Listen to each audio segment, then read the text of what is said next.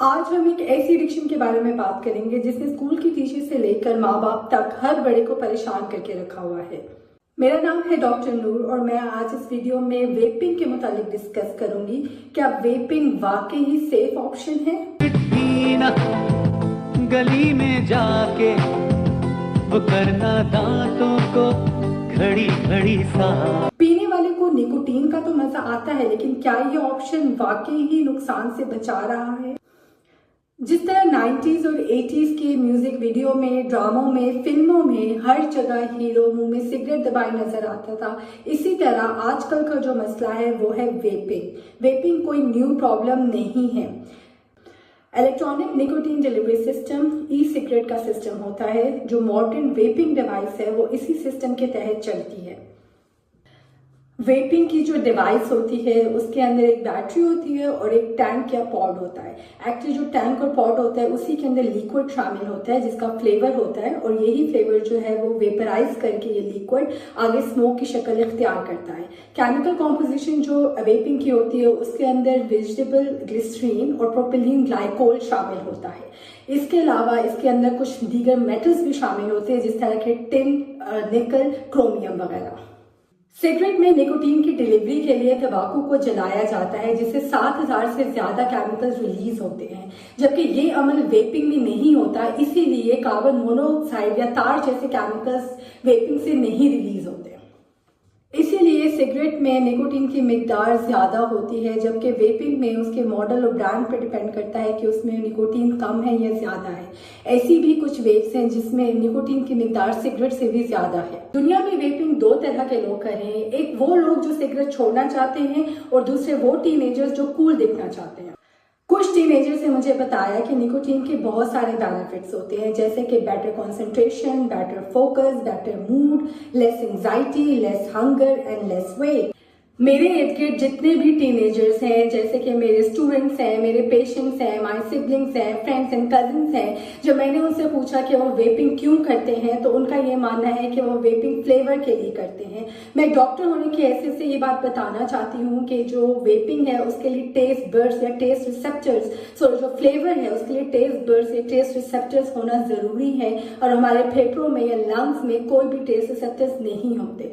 और दूसरी ये बात है कि अगर आपको फ्लेवर लेना ही है तो आप किसी हेल्दी ऑप्शन को चूज करें। दुनिया भर में लाखों चॉकलेट्स हैं, उन चॉकलेट्स का फ्लेवर जो है वो किसी भी वेप से नहीं मिलता जुलता। दूसरी तरफ जब मैंने उन लोगों से पूछा, जिस तरह जो 80s या 70s के लोग होते हैं, जिस तरह के हमारे मामू, हमारे चाचू के, वो वेपिंग पे क्यों स्विच कर गए हैं, तो जब मैंने उनसे पूछा तो उन्होंने मुझे बताया कि वेपिंग के कुछ फायदे होते हैं। उनका ये कहना था कि वो वेपिंग को इसलिए चूज करते हैं क्योंकि वेपिंग से पैसिव स्मोकिंग का इफेक्ट नहीं होता। सिगरेट स्मोकिंग से आसपास के लोगों को उसके धुएं से नुकसान पहुंचता है, जबकि वेपिंग में ये इफेक्ट नहीं होता। दूसरी बात यह है कि वो समझते हैं कि वेपिंग खुशबूदार होती है और सिगरेट स्मोकिंग बदबूदार होती है। मेरा जो ऑफिस बॉय है वो अपनी सैलरी जो 10 से 15% सैलरी जो है वो अपनी सिगरेट स्मोकिंग की डबियां लेने में जाया करता है। अगर सस्ते से सस्ता सिगरेट पी लिया जाए तो वो 200 रुपए का तो होता है, और इसी तरह महीने का 6000 रुपया बनता है। इसीलिए वेपिंग जो है वो एक लेस एक्सपेंसिव ऑप्शन समझा जाता है, पॉकेट फ्रेंडली होता है।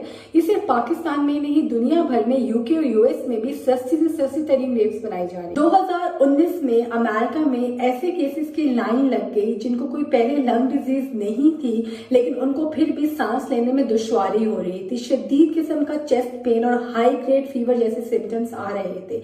ये सिम्टम्स बहुत ज्यादा कोविड से मिलते जुलते हैं, लेकिन ये एक न्यू कंडीशन है जिसका नाम होता है EVALI. EVALI is e cigarette and vaping produce associated lung injury.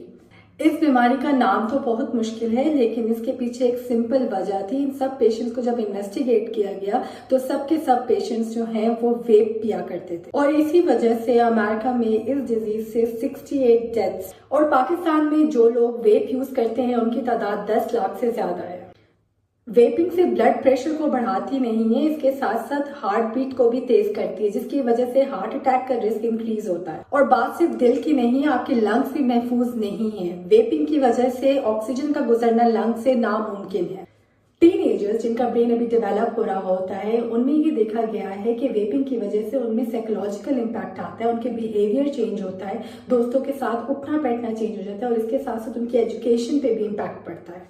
Research में ये देखा गया है कि nicotine is more powerful than marijuana, alcohol and even heroin. जो शख्स निकोटीन का एडिक्ट होता है उसमें टेंडेंसी होती है कि वो और भी रिक्रिएशनल ड्रग्स का एडिक्ट हो सकता है। जनवरी 2022 में अमेरिका में एक टीनेजर का केस आया है। उसको एक रेयर और खतरनाक किस्म का कैंसर था जिसको हम कहते हैं साइनोवियल सार्कोमा।